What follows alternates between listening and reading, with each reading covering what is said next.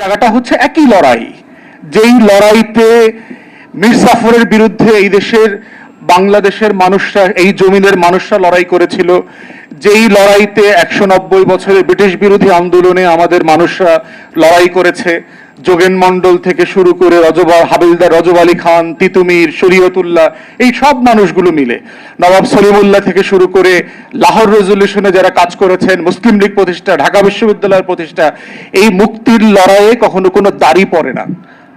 মুক্তির লড়াইটা হচ্ছে কমা, এটার একটা অধ্যায় আছে। অতএব আমরা পরিষ্কার করে দেখতে পাচ্ছি যে বাংলাদেশে 24-এর গণ অভ্যুত্থানটা এখনো শেষ হয়নি। এই গণ অভ্যুত্থানটা মাঝামাঝি গিয়ে সিজফায়ারের মতো অবস্থায় আছে। যুদ্ধবিরতি হয় না, দেখছেন না ইরানে যুদ্ধবিরতি হয়েছে, 24-এর গণ অভ্যুত্থানটা শেষ হয়নি। 24-এর গণ অভ্যুত্থানে এখন যুদ্ধবিরতি চলছে এবং কোন পক্ষের বিরুদ্ধে পরের লড়াই তৈরি হবে সেটার উপর ডিপেন্ড করবে বাংলাদেশের সংসদে বসে থাকা এই ডজন ডজন নাপিতরা সত্যি দেশটাকে ডাক্তারের কাছে তুলে দেবে, না নিজেরাই নাপিতগিরি করে সার্জারি কন্টিনিউ করবে। এর উপর ডিপেন্ড করবে যে আগামী দিনে সেই মুক্তির লড়াইতে লাল সবুজের পতাকার বিপরীতে আমরা কাকে বেছে নেব। এই লড়াই খুব পরিষ্কার।